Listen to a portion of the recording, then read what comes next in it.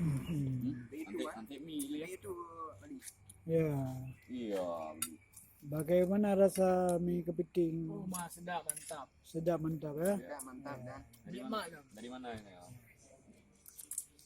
Bisa kembali. Di Gajah Mada mantap. Ya. Inilah pelanggan khusus mie Aceh Ali Gajah Mada ya. Iya. Ya. Dengan subuh. Langganan khusus ya. Ya, ini papingka. Ya.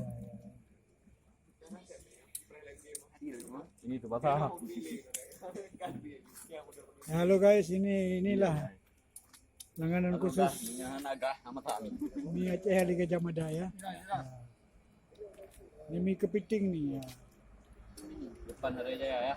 Depan area Jaya ya. Depan Hari Jaya, belakang depan area Jaya dia swalayan nih ya. belakang dia. Ini udah habis nih. Dia John bilang. Ah. Ini yang pipi. Minta bilang mana? Mangga Minta bilang. Mangan dengan Maaf. sama kalian kau aja. sama kau pada mangan. Mangga sembilan. Mangan ilih dia. Pilih mangga sembilan mangga. Udah bumalan. Nanggai kau. Ya.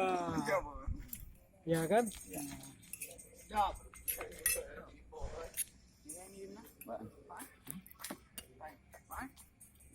Makai cua. Mana jempol mie Ali Gajah Mada. Oke. Terima kasih. Semoga malam besok Anda datang kembali ya. Ya. Bawa 9 ya. Ya. Assalamualaikum warahmatullahi wabarakatuh. Warahmatullahi.